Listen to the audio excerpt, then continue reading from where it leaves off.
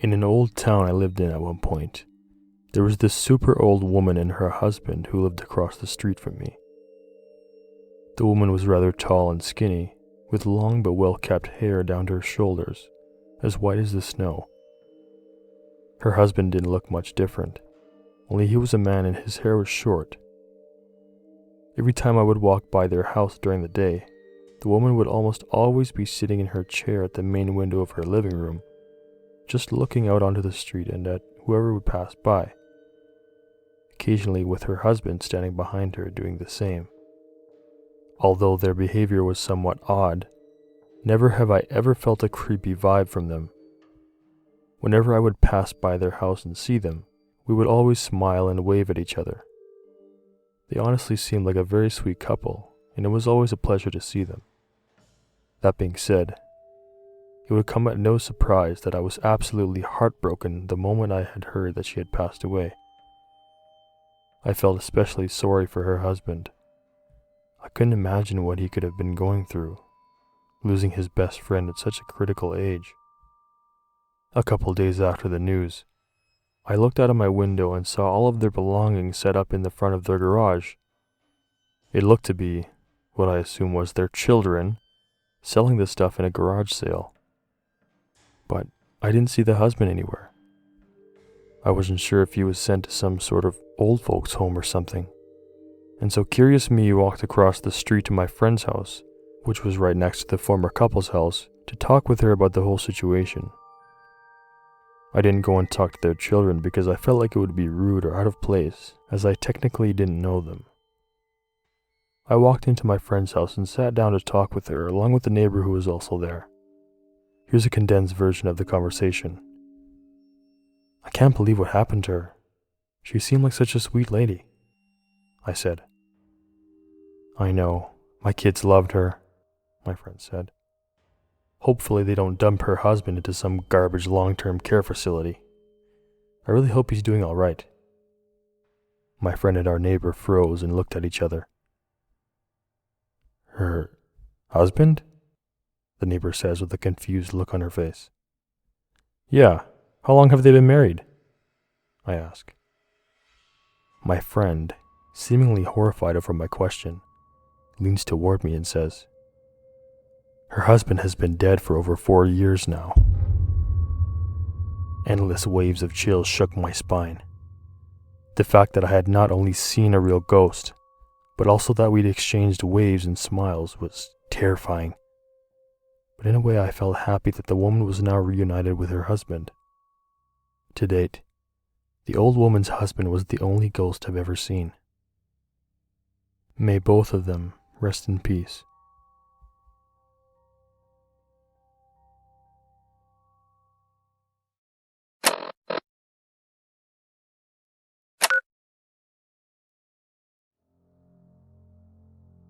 I was born in a small village on the Thailand and Myanmar border called Maramo.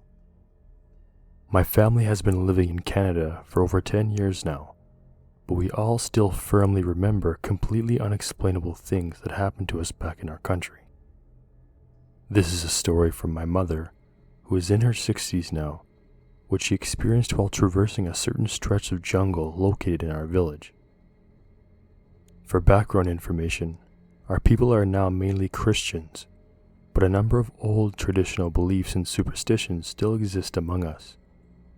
We believe that spirits exist, and that they live all around us, with some being good and some being evil. There are certain things we avoid doing to attract evil spirits. For example, we don't whistle at nighttime. We try not to go into the jungle at nighttime, and during an eclipse, some people play on a big brass drum, as we believe that during an eclipse, spirits are more active around humans, and that they repulse by the sound of the drum. Anyway, my mother's story is special because so far, none of our beliefs can explain why this happened. One day, there was a concert being held on the other side of the village, about a 20-minute walk away from our house. To get there, you need to walk down a long path that runs beside a river, which stretches along the entire length of the village, sort of like a little highway. The way we know we've reached the halfway point of the path is when we come upon a big section of jungle that basically splits the village in half. This section of jungle was in between our house and the location of the concert. My mom went to the concert with her friend's pregnant daughter at around 6:30 in the evening and started on her way back at 10 p.m. that night. My mom very rarely ever went to any concerts or left the house for any reason at night due to our beliefs, which I explained before, so she was a bit nervous to go. On their way back to the house, they came upon the stretch of jungle. As they passed through, it was dark and eerily quiet. To say they were scared would be an understatement. As they neared the other side of the village, my mom noticed something strange about a tree that was next to the path about 15 feet in front of them.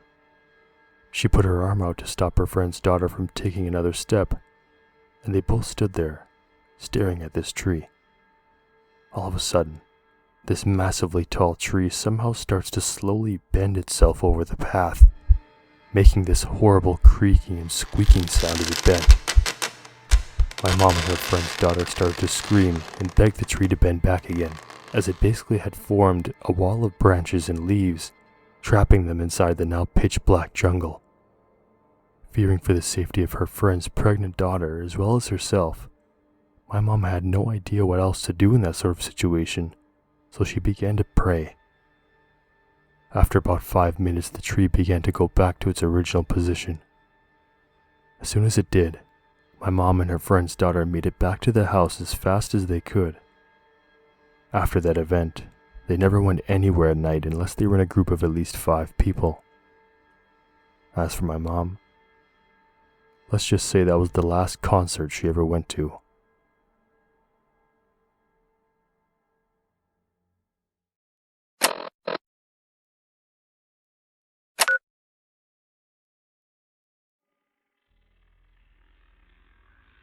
One day, me and my friend wanted to go exploring around the surrounding parts of my neighborhood.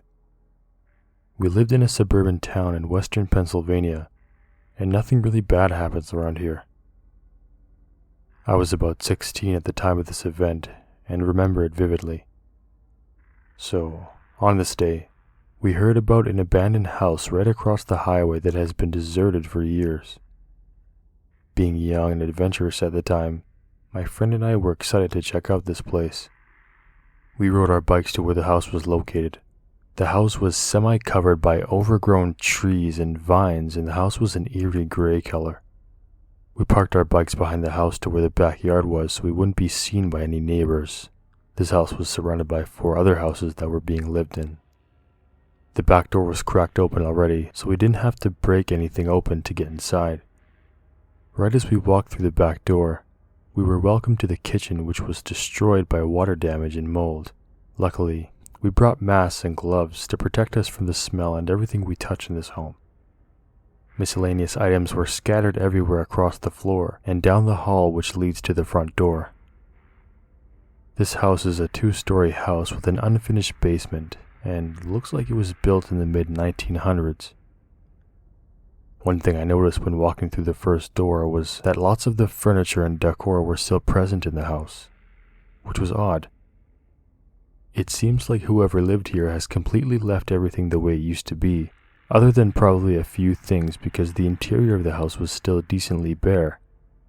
We found an old record player, a few old video game consoles with those massive joysticks you use, and lots of old books. These were the items we found just scattered across the first floor hallway. We haven't even went upstairs yet. There was a narrow wooden staircase that led up to the second floor.